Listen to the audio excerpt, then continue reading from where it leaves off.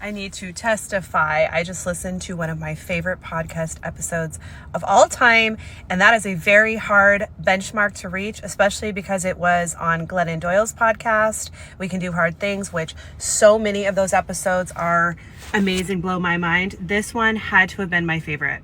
It was with Adrienne Maree Brown, an author, and I just vibed with this woman. I cried. I have never felt so connected to somebody I was listening to through speakers in my car. It was titled, Why Are We Never Satisfied? But I have to say that's not the part that I resonated with most. What I resonated with was how she talked about, I'm gonna cry.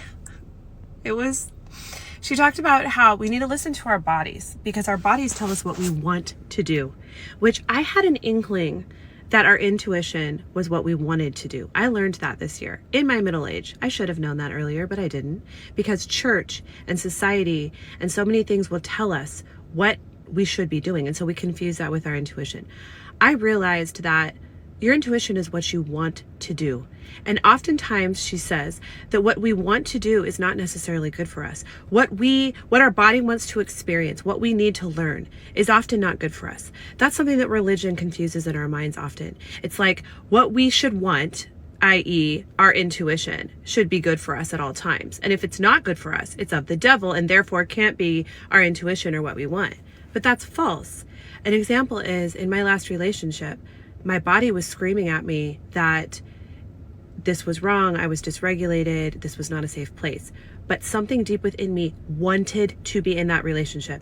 And so I had to honor both of those parts. I had to honor staying in something that I wanted that was not good for me in the long run, and that my body was telling me the whole time, was signaling to me was not good for me. But I stayed in it. I honored that deeper part of me that wanted to experience that relationship.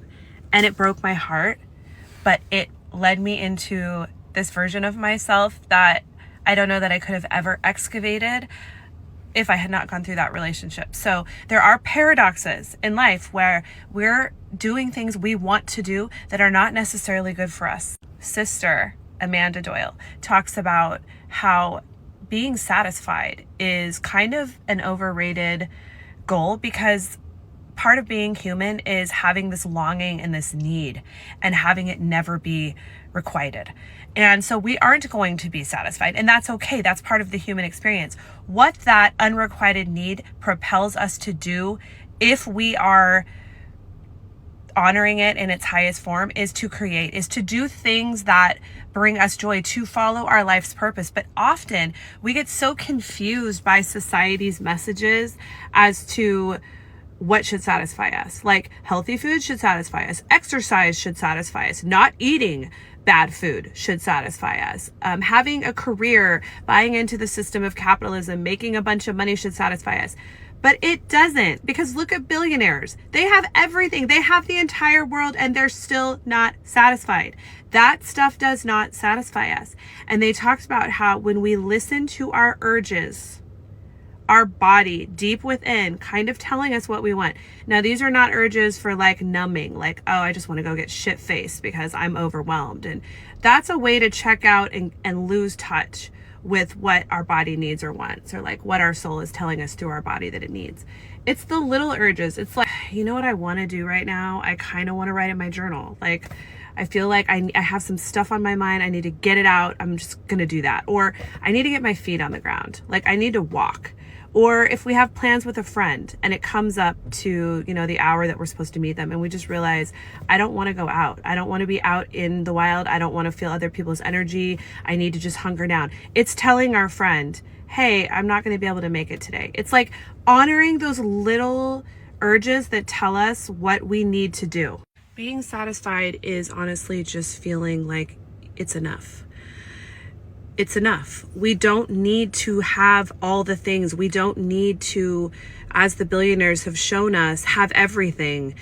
This gluttony of things or like sensations. It's just having enough.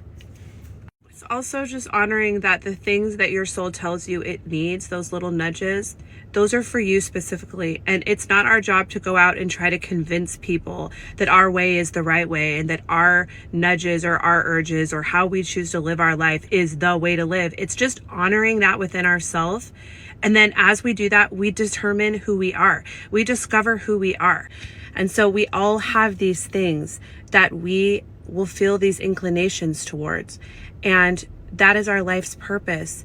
And I think almost every time our life's purpose is towards love.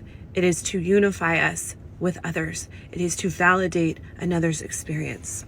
And by listening to those little urges, we discover what that purpose is. Another thing she said that just slayed me because of where I'm at in my life, she talked about how she was in a relationship and it was a very taxing relationship. And she recognized that she was putting so much time and effort into trying to be in this relationship and trying to make it work that she wasn't creating. Damn, did I resonate with that? How many times are we in relationships that our bodies are kind of rebelling against? And because our bodies are rebelling against that relationship, we're trying so hard cognitively, like we're pouring our life force energy into making it work.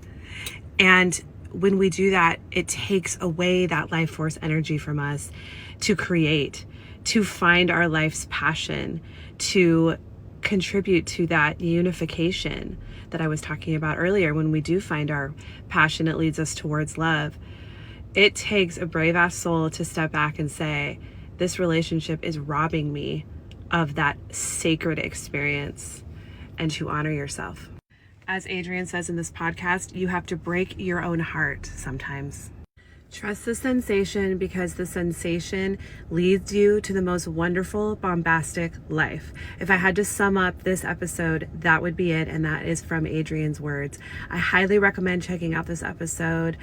It will be life-changing. You will feel so seen and heard, and I absolutely loved it.